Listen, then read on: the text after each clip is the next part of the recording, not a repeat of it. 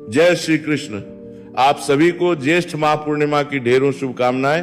प्रिय भक्तों, शास्त्रों में बताया गया है कि श्री सत्यनारायण व्रत कथा का पाठ करने से व्यक्ति को 1000 यज्ञ करने के बराबर पुण्य फल की प्राप्ति होती है। सत्यनारायण भगवान व्रत कथा में भगवान विष्णु के सत्य स्वरूप के बारे में बताया गया है। इस कथा का पाठ करने से घर में सुख समृद्धि का वास होता है और भगवान श्री विष्णु की कृपा बनी रहती है।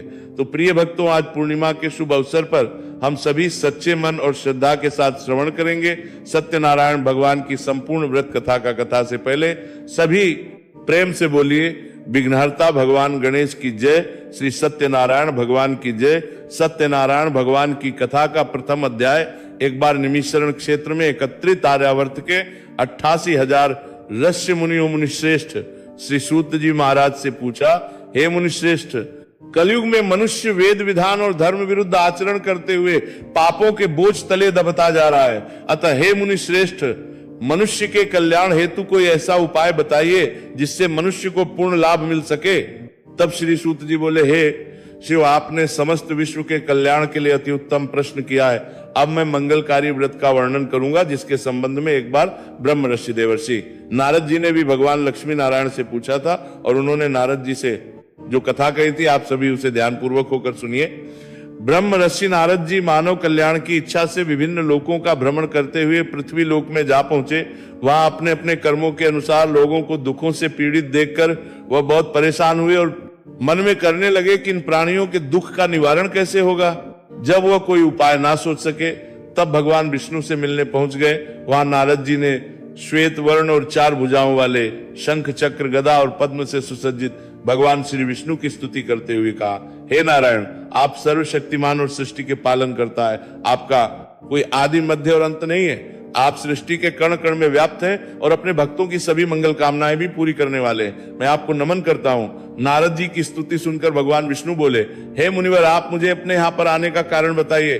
तब नारद जी ने कहा, पृथ्वी लोक के प्राणी अपने अपने कर्मों के अनुसार विभिन्न योनियों में रहते हुए दुखों से पीड़ित हैं। मुझ पर कृपा करते हुए कोई ऐसा उपाय बताइए प्रभु, जिससे उनके का नाश हो सके। इसके उत्तर में भगवान विष्णु बोले, हे नारद, अब मैं ऐसे व्रत का वर्णन करने जा रहा हूं जिसे करने से विश्व के सभी स्त्री पुरुषों को पापों से मुक्ति मिलेगी और निर्धनता नष्ट होने से मनुष्य आनंद पूर्वक जीवन यापन करेंगे। श्री सत्यनारायण भगवान के इस व्रत को करने से जातक की सभी मंगल कामनाएं भी पूरी होंगी। नारद जी ने जब व्रत हेतु विधि विधान की जानकारी चाही, तब श्री नारायण भगवान बोले, मन से और कर्म से शुद्ध होकर मनुष्य भक्ति और श्रद्धा भाव से किसी भी दिन यह व्रत कर सकता है। इस व्रत में नैवेद्य आदि भक्ति भाव से अर्पित कर ब्राह्मणों को भोजन कराने और दक्षिणा देने से सभी सुखों की प्राप्ति होती है। इस प्रकार श्री सत्यनारायण भगवान की आराधना से सभी कष्टों से मुक्ति पाकर मनुष्य धन से संपन्न व सुखी होकर आनंद पूर्वक जीवन व्यतीत करता है। इसी के साथ प्रथम अध्याय का समापन होता है। सभी प्रेम से बोले, श्री सत्यनारायण भगवान की जय।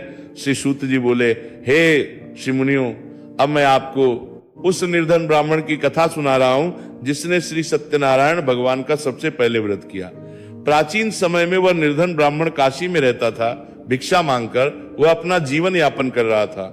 ब्राह्मण की इस दुर्दशा को देखकर ब्राह्मणों से प्रेम करने वाले श्री सत्यनारायण भगवान ने एक दिन एक वृद्ध व्यक्ति का रूप धारण कर उसके पास जाकर से पूछा, हे ब्राह्मण देवता, तुम इस तरह घर घर भिक्षा मांगकर अनेक कष्टों को सहन करते हुए कैसे जीवन यापन कर रहे हो? तब उस दरिद्र ब्राह्मण ने कहा, हे मित्र, आय का कोई साधन ना होने के कारण ही मैं भिक्षा मांगकर अपना जीवन यापन कर रहा हूं। निर्धन ब्राह्मण की बात सुनकर बूढ़े व्यक्ति ने कहा, हे मित्र, श्री सत्यनारायण भगवान का व्रत करने से सभी कष्टों का निवारण हो जाएगा। श्री सत्यनारायण भगवान की पूजा आराधना करने से तुम्हारी सभी मनोकामनाएं पूरी होंगी और तुम्हारे घर में धन सुख समृद्धि की वर्षा होगी। ब्राह्मण को व्रत करने की विधि बताकर श्री सत्यनारायण भगवान अंतर्ध्यान हो गए। फिर निर्धन ब्राह्मण ने बूढ़े व्यक्ति द्वारा बताए व्रत को करने का निश्चय किया। उसे उस रात नींद नहीं आई। वो व्रत करने के बारे में ही सोचता रहा और रात भर श्री सत्यनारायण भगवान का स्मरण करता रहा। प्रातः उठकर सत्यनारायण भगवान का व्रत रखने का निश्चय करता हुआ वह निर्धन ब्राह्मण भिक्षा मांगने के लिए निकल पड़ा। उस दिन उसे भिक्षा में बहुत सारा धन मिला। घर लौटकर उसने अपने आसपास के लोगों के साथ श्री सत्यनारायण भगवान की पूजा करने व उन्हें व्रत कथा सुनाने के बाद सभी को प्रसाद देकर स्वयं भी प्रसाद ग्रहण किया। कुछ ही दिनों में ब्राह्मण की निर्धनता दूर हो गई और उसके घर में धन धान्य की वर्षा होने लगी। हे श्रेष्ठ मुनियों, अब मैं आपको उन लोगों की भी कथा सुनाता हूं जिन्होंने उस ब्राह्मण से श्री सत्यनारायण भगवान की व्रत कथा और महिमा सुनकर यह व्रत किया और उनके कष्ट भी दूर हुए। धन संपत्ति से संपन्न उस ब्राह्मण ने हर माह नियमित रूप से व्रत करते हुए जब अगले माह श्री सत्यनारायण भगवान का व्रत किया तो उस व्रत में बहुत से बंधु बांधव और मित्र सम्मिलित हुए। उसी समय एक लकड़हारा जो व्रत था वहां से गुजरा, उसे बड़ी प्यास लग रही थी, इसलिए जल पीने की इच्छा से बूढ़े लकड़हारे ने लकड़ियों के गट्ठर को जमीन पर रखा और घर के आंगन में पहुंचकर उस ब्राह्मण से पूछा, हे ब्राह्मण देवता, आप किसका पूजन कर रहे हैं और इस व्रत को करने से क्या लाभ होता है? कृपा करके मुझे भी सब बताइए। बूढ़े लकड़हारे की बातें सुनकर उस ब्राह्मण ने कहा, मैं अपने बंधु बांधवों और परिचितों के साथ श्री सत्यनारायण भगवान की पूजा कर रहा हूं। इस व्रत करने से श्री सत्यनारायण भगवान की अनुकंपा से निर्धनता दूर होती है और संसार के दुखों से मुक्ति मिलती है। ब्राह्मण से इस व्रत का वर्णन सुनकर बूढ़ा लकड़हारा बड़ा प्रसन्न हुआ। मन ही मन उसने भी श्री सत्यनारायण भगवान का व्रत करने का निश्चय किया। चलते हुए लकड़हारे ने मन में सोचा, आज लकड़ियां बेचने से जो भी धन मिलेगा उस धन से मैं श्री सत्यनारायण भगवान का पूजन करूंगा। ऐसा विचार उस दिन लकड़हारे को लकड़ियों के अधिक रुपए मिले। लकड़हारे ने उन रुपयों से केले, घी, दूध, दही, गेहूं का आटा और शक्कर खरीदा। फिर घर लौटकर लकड़हारे ने देवों की प्रिय नगरी काशी में श्री सत्यनारायण भगवान की पूजा की। उस पूजा में उसके परिवार के और आसपास के लोग भी सम्मिलित हुए। श्री सत्यनारायण भगवान की पूजा और व्रत कथा सुनने के बाद लकड़हारे ने प्रसाद बांटकर स्वयं भी प्रसाद किया। सत्यनारायण भगवान की कृपा से लकड़हारे के घर में भी धन धान्य की वर्षा होने लगी। उसकी निर्धनता दूर हो गई। श्री सत्यनारायण भगवान का पूजन करते हुए लकड़हारा आनंद पूर्वक जीवन यापन करता हुआ अंत में मोक्ष को प्राप्त करके वैकुंठ धाम को चला गया। इस प्रकार श्री सत्यनारायण भगवान की कथा का दूसरा अध्याय समाप्त हुआ। सभी प्रेम से बोलिए सत्यनारायण भगवान की जय। श्री सूत जी बोले, हे श्री मुनियों, अब मैं आपको कथा सुनाता हूं। प्राचीन समय में कनकपुर में उल्का मुखा नामक एक बुद्धिमान तथा सत्यवादी राजा राजी करता था। वह प्रतिदिन मंदिर में जाकर श्री सत्यनारायण भगवान की पूजा करता था और निर्धनों को अन्न, वस्त्र और धन दान करता था। उसकी पत्नी सुभद्रा बहुत सुशील थी। वे दोनों हर महीने श्री सत्यनारायण भगवान का व्रत करते थे। श्री सत्यनारायण भगवान की कृपा से उनके महल में धन संपत्ति के भरे थे। उनकी सारी प्रजा बहुत आनंद से जीवन यापन कर रही थी। एक बार राजा और रानी बहुत से लोगों के साथ जब भद्रशिला नदी के किनारे श्री सत्यनारायण भगवान की पूजा कर रहे थे, तब नदी के किनारे एक बड़ी नाव आकर ठहरी। उस नाव में एक धनी व्यापारी यात्रा कर रहा था। वो बहुत सा धन कमाकर अपने नगर को लौट रहा था। उसका सारा धन उसी नाव में रखा हुआ था। नाव से उतरकर व्यापारी राजा के समीप पहुंचा। राजा को पूजा देख उसने कहा, हे राजन, आप इन सब लोगों के साथ मिलकर किसकी पूजा कर रहे हैं? इस पूजा के करने से मनुष्य को क्या लाभ होता है? राजा ने व्यापारी से कहा, हम हर पूर्णिमा को श्री सत्यनारायण भगवान का व्रत करते हैं और फिर पूजा अर्चना के बाद भगवान का प्रसाद लोगों में बांटकर स्वयं भी ग्रहण करते हैं। सत्यनारायण भगवान की पूजा से दुखियों के सारे दुहक दूर होते हैं। राजा की बात सुनकर व्यापारी कहने लगा, हे राजन, मैं भी सत्यनारायण भगवान का व्रत करना चाहता हूं, कृपया मुझे इस व्रत की विधि बताएं। राजा ने व्यापारी को सत्यनारायण व्रत की संपूर्ण विधि बताई। राजा ने व्रत कथा सुनने के बाद व्यापारी को भी प्रसाद दिया।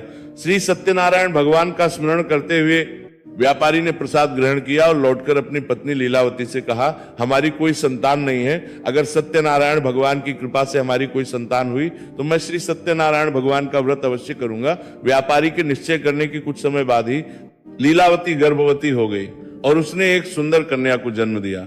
व्यापारी ने पुत्री के जन्म पर बहुत खुशियां मनाई, लेकिन श्री सत्यनारायण भगवान का व्रत नहीं किया। जब उसकी पत्नी लीलावती ने अपने पति से व्रत करने के लिए कहा, तब वो कहने लगा, अभी क्या, जल्दी है, जब इसका विवाह होगा तब मैं अवश्य ही श्री सत्यनारायण भगवान का व्रत करूंगा। अपने पति के वचन लीलावती चुप रह गई। व्यापारी की कन्या कलावती आप शुक्ल पक्ष के चंद्रमा की तरह बढ़ने लगी। एक दिन व्यापार में बहुत साधन कमाकर घर लौटे। व्यापारी ने अपनी बेटी को सहेलियों के साथ बगीचे में घूमते देखा तो उसे उसके विवाह की चिंता होने लगी। व्यापारी ने कलावती के लिए सुयोग्य वर ढूंढने के लिए अपने सेवकों को दूर दूर के नगरों में भेजा। व्यापारी के सेवक कंचनपुर नगर में पहुंचे। उस नगर उन्होंने एक वणिक पुत्र को देखा। वणिक पुत्र अत्यंत सुंदर और गुणवान था। सेवकों ने वापस लौटकर व्यापारी को उस वणिक पुत्र के बारे में बताया। व्यापारी उस सुंदर लड़के को देखकर बड़ा प्रसन्न हुआ और फिर कलावती का विवाह खूब धूमधाम से उसके साथ कर दिया गया। अब कलावती का विवाह भी हो गया था, लेकिन व्यापारी ने श्री सत्यनारायण भगवान का व्रत अब भी नहीं किया। तब लीलावती ने अपने पति को याद दिलाते हुए कहा, नाथ, अपने कलावती के विवाह पर श्री सत्यनारायण भगवान का व्रत करने का निश्चय किया था, अब तो आपको व्रत कर लेना चाहिए। पत्नी की बात सुनकर व्यापारी ने कहा, अभी तो मैं अपने दामाद के साथ व्यापार करने के लिए जा रहा हूं, व्यापार से लौटने पर श्री सत्यनारायण भगवान का व्रत पूजन अवश्य करूंगा। कहकर व्यापारी ने कई नावों में सामान भरा और अपने दामाद तथा अन्य सेवकों के साथ व्यापार के लिए निकल पड़ा। उस व्यापारी बार बार व्रत का निश्चय करने और फिर व्रत ना करने से श्री सत्यनारायण भगवान क्रोधित हो गए और उन्होंने व्यापारी को दंड देने का निश्चय किया। उधर व्यापारी अपने दामाद के साथ रत्नसारपुर नगरी में पहुंचकर व्यापार करने लगा। एक दिन कुछ चोर महल में चोरी करके भाग रहे थे। राजा के सैनिक उनका पीछा कर रहे थे। भागते हुए चोरों ने सैनिकों से बचने के लिए चोरी का सारा धन अवसर पाकर व्यापारी के छिपा दिया। उधर चोरों का पीछा करते करते सैनिक व्यापारी के पास भी पहुंचे और जब उन्होंने व्यापारी की नावों की तलाशी ली तो उन्हें नावों में राजा का चोरी किया हुआ धन मिल गया। तब सैनिक व्यापारी और उसके दामाद को बंदी बनाकर राजा के पास ले गए। राजा ने उन दोनों को बंदी गृह में डाल दिया और उनका सारा धन ले लिया। श्री सत्यनारायण भगवान के प्रकोप से उधर लीलावती पर भी मुसीबतों का पहाड़ टूट पड़ा। उसके घर में हो गई और चोर सारा धन चुरा कर ले गए। अब तो घर में खाने के लिए अन्न भी नहीं बचा। भूख प्यास से व्याकुल होकर व्यापारी की बेटी कलावती एक ब्राह्मण के घर पर गई। उस ब्राह्मण के घर में उस दिन श्री सत्यनारायण भगवान की व्रत कथा हो रही थी। उसने भी बैठकर वहां पर व्रत कथा सुनी और प्रसाद लिया। घर लौटकर कलावती ने अपनी मां लीलावती को सारी बात बताई। कलावती से श्री सत्यनारायण भगवान की व्रत कथा की बात सुनकर लीलावती ने भी व्रत करने का निश्चय किया। अगले दिन लीलावती ने परिवार और आसपास के लोगों के साथ श्री सत्यनारायण भगवान की पूजा की। पूजा के बाद सबको प्रसाद बांटकर स्वयं भी प्रसाद ग्रहण किया। लीलावती ने अपने पति और दामाद के घर लौटाने की मनोकामना से श्री सत्यनारायण भगवान का व्रत किया था। लीलावती के विधि पूर्वक व्रत करने और प्रसाद ग्रहण करने से श्री सत्यनारायण भगवान ने प्रसन्न होकर उसकी मनोकामना पूरी की। उधर राजा चंद्रकेतु को स्वप्न में दर्शन। भगवान ने कहा, हे राजन, व्यापारी और उसका दामाद बिल्कुल निर्दोष है। सुबह उठते ही दोनों को मुक्त कर दो, उन दोनों का सारा धन भी वापस लौटा दो। अगर तुमने ऐसा नहीं किया तो मैं तुम्हारा सारा धन वैभव नष्ट कर दूंगा। इतना कहकर श्री सत्यनारायण भगवान अंतर ध्यान हो गए। प्रातः होते ही राजा चंद्रकेतु ने अपने मंत्रियों और राज्य ज्योतिषियों को रात के स्वप्न की बात बताई तो सबने व्यापारी और उसके को छोड़ देने के लिए कहा। राजा चंद्रकेतु ने तुरंत उस व्यापारी को और उसके दामाद को छोड़ दिया, उनका सारा धन भी वापस कर दिया। इस प्रकार श्री सत्यनारायण भगवान की अनुकंपा से व्यापारी और उसका दामाद दोनों खुशी खुशी अपने नगर की ओर चल पड़े। इस प्रकार श्री सत्यनारायण भगवान की कथा का तीसरा अध्याय समाप्त हुआ। श्री सूत जी बोले, उस व्यापारी ने अपने दामाद के साथ शुभ मुहूर्त में नावों द्वारा रत्नासारपुर से प्रस्थान किया। लंबी यात्रा करने के बाद व्यापारी ने एक नगर के किनारे नावों को रोककर किया और फिर वे दोनों विश्राम करने लगे। तब श्री सत्यनारायण भगवान साधु के रूप में व्यापारी के पास पहुंचे और पूछा, हे वणिक, तेरी नावों में क्या लदा हुआ है? व्यापारी ने सोचा, दंडी साधु अवश्य ही कुछ मांगने की इच्छा से सामान के बारे में पूछ रहा है। ये सोचकर व्यापारी ने झूठ बोल दिया। कहा, हे दंडी, मेरी नावों में तो बेल और पत्र भरे हुए हैं। व्यापारी के झूठे वचन सुनकर श्री सत्यनारायण भगवान ने क्रोधित होते हुए कहा, हे वैश्य, जो तुमने है वही सत्य होगा। ऐसा कहकर भगवान कुछ दूर जाकर अंतर ध्यान हो गए। उधर व्यापारी दंडी साधु को वहां से खाली हाथ लौटाकर बड़ा प्रसन्न हुआ। लेकिन जब व्यापारी ने अपनी नावों में बेल और पत्र भरे हुए देखे तो वह विलाप करने लगा और अपने झूठ बोलने पर प्रायश्चित करने लगा। रोते रोते व्यापारी मूर्छित हो गया। कुछ देर बाद जब उसकी मूर्छा दूर हुई तो उसके दामाद ने कहा, आप दुखी मत होइए, ये सब दंडी साधु के श्राप के कारण हुआ है। अब तो वही साधु हमें इस विपत्ति से छुटकारा दिला सकते हैं। दामाद के वचन सुनकर व्यापारी दंडी साधु की तलाश में चल पड़ा। कुछ देर तक ढूंढने पर उसे एक वृक्ष के नीचे वही दंडी साधु के रूप में श्री सत्यनारायण भगवान मिल गए। व्यापारी ने दंडी साधु के चरणों में गिरकर क्षमा मांगी। दंडी स्वरूप सत्यनारायण भगवान बोले, हे वणिक पुत्र, तेरे झूठ बोलने के कारण ही मैंने तुझे दंड दिया है। तूने बार बार लेकिन कभी पूजा नहीं की। तब व्यापारी हाथ जोड़कर कहने लगा, हे भगवान, आप तो दीन दुखियों के कष्ट दूर करने वाले हैं, मेरी इस गलती को भी क्षमा करें। आपके रूप को तो ब्रह्मा जी भी नहीं जान पाते, फिर भला मैं अज्ञानी कैसे आपकी लीला को समझ पाता। अब मैं जीवन में कभी झूठ नहीं बोलूंगा, सदैव श्री सत्यनारायण भगवान का व्रत और पूजा किया करूंगा। आप मुझ पर कृपा करें। व्यापारी की क्षमा याचना सुनकर साधु ने उसे क्षमा कर दिया। उसी समय नावों में भरे हुए बेल और पत्ते धन धान्य में परिवर्तित हो गए। फिर व्यापारी ने अपने सेवकों के साथ अगले दिन श्री सत्यनारायण भगवान का व्रत करके उनकी पूजा की। सबको प्रसाद बांटने के बाद स्वयं ही प्रसाद ग्रहण करके व्यापारी अपने नगर की ओर चल पड़ा। अपने नगर में पहुंचकर व्यापारी ने एक सेवक को अपने घर भेजा। सेवक ने लीलावती को सूचना दी। उस समय लीलावती और कलावती दोनों श्री सत्यनारायण भगवान की पूजा कर रही थी। पति और दामाद के लौट आने का समाचार सुनकर लीलावती ने पूजा पूरी करके प्रसाद ग्रहण करने के बाद अपनी पुत्री कलावती से कहा, बेटी, मैं नदी किनारे जा रही हूं, तो भी प्रसाद ग्रहण करके जल्दी आ जाना। कहकर लीलावती नदी की ओर चल पड़ी, परंतु कलावती पति से मिलने की खुशी में प्रसाद ग्रहण किए बिना ही घर से निकलकर नदी किनारे जा पहुंची। उसके प्रसाद ग्रहण न करने के कारण और प्रसाद का अपमान किए जाने के कारण सत्यनारायण क्रोधित हो गए। उन्होंने व्यापारी की नावों को नदी में डुबो दिया। अपने पति को वह ना देखकर कलावती ने रोना विलाप करना शुरू कर दिया।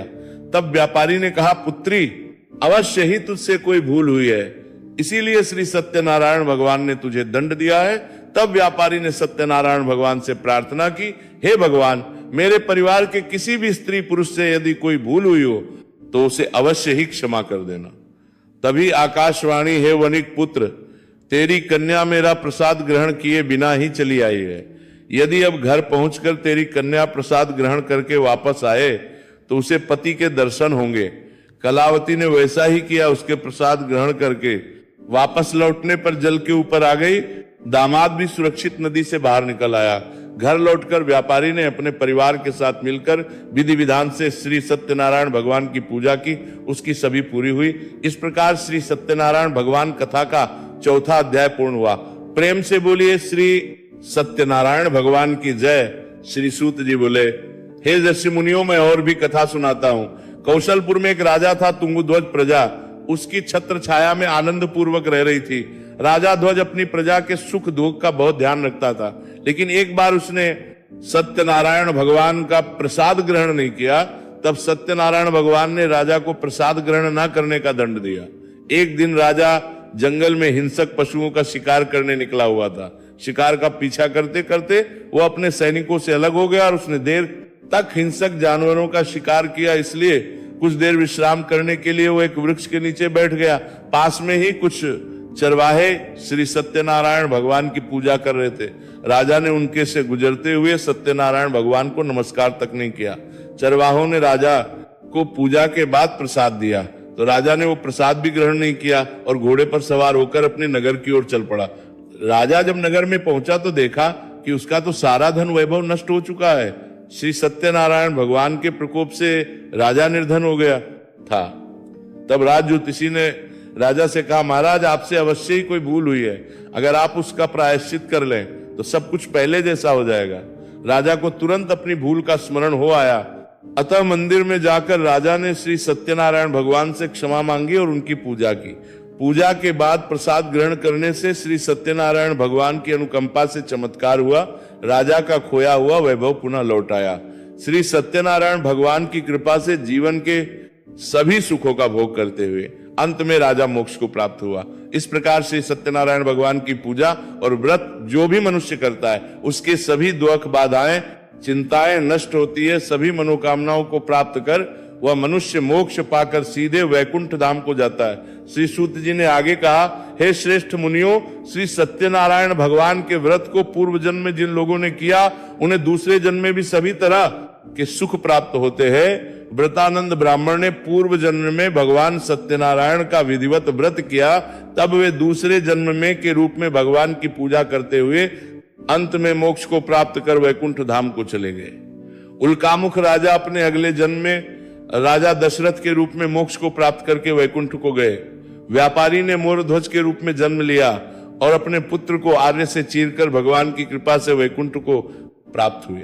राजा अपने अगले जन्म में मनु के रूप में जन्म लेकर सत्कर्म करते हुए मोक्ष को प्राप्त कर वैकुंठ लोक को चले गए।